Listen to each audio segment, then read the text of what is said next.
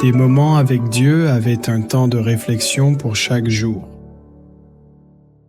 15 juillet. Reconnaître que nous avons soif.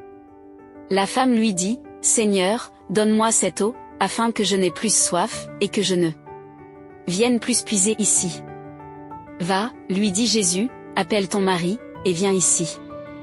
La femme répondit, « Je n'ai point de mari. » Jésus lui dit, « Tu as eu raison de dire, je n'ai point de mari. Car tu as eu 5 maris, et celui que tu as maintenant n'est pas ton mari. En cela tu as dit vrai. » Jean 4, 15, 16, 17 et 18.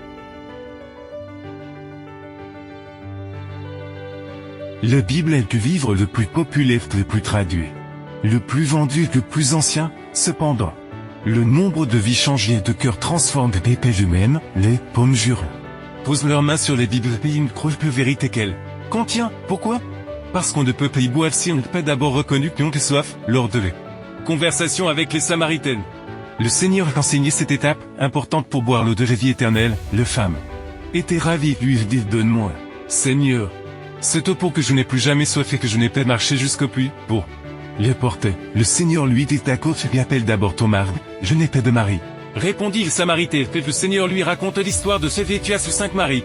Mais, aucun d'eux n'était avec tu, et maintenant tu en as un autre. Mais ce n'est pas ton mari. Il réalise alors que l'homme qui lui parle n'est pas n'importe quel autre humain. Quelqu'un qui a déchiré les pages de sa vie, quelqu'un qui connaissait les péchés qu'elle cachait. Elle abandonne alors la lutte pour cacher ses fautes et reconnaît que l'eau qu'on lui offre l'ine, ou qui enlève la culpabilité de sa vie passée. La Samaritaine a vu en Jésus un prophète, puis l'a reconnu comme le Messie dont parlaient les Écritures. Elle a reconnu sa soif de pardon et de salut, elle a reconnu que sa recherche du bonheur l'avait plongée dans le péché, elle a reconnu le Fils de Dieu comme le seul qui pouvait la sauver, et elle a été prête à boire l'eau de la vie.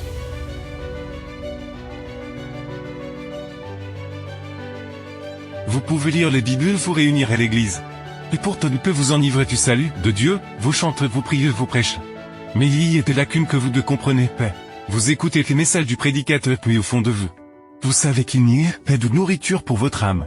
Et tant que vous refusez de reconnaître vos péchés, l'eau de la vie ne changera rien à votre vie.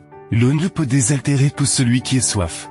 Et Dieu dit que celui qui est soif vienne, qu'il boive de l'eau de la vie. Gratuitement, mais tu dois reconnaître ton besoin de pardon, de salut et de vie nouvelle.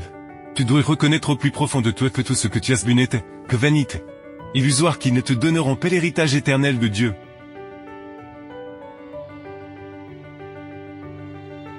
Lorsque le cœur cède à l'influence de l'Esprit de Dieu, la conscience est vivifiée et le pécheur discerne quelque chose de la profondeur et de la sainteté de la loi sacrée de Dieu. La vraie lumière illumine toutes les chambres secrètes du soi et les choses cachées des ténèbres sont rendues manifestes.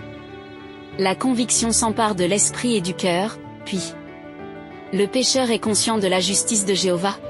Vous avez peut-être sombré dans les profondeurs du péché et vous essayez de cacher votre histoire.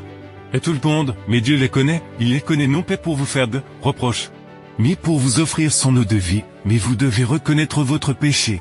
Demandez le pardon de Dieu, et alors les soifs de votre âme seraient étanchées. Amen. Merci pour écouter cet audio. Nous vous invitons à partager avec votre. Contactez et visitez le site web. biblewell.com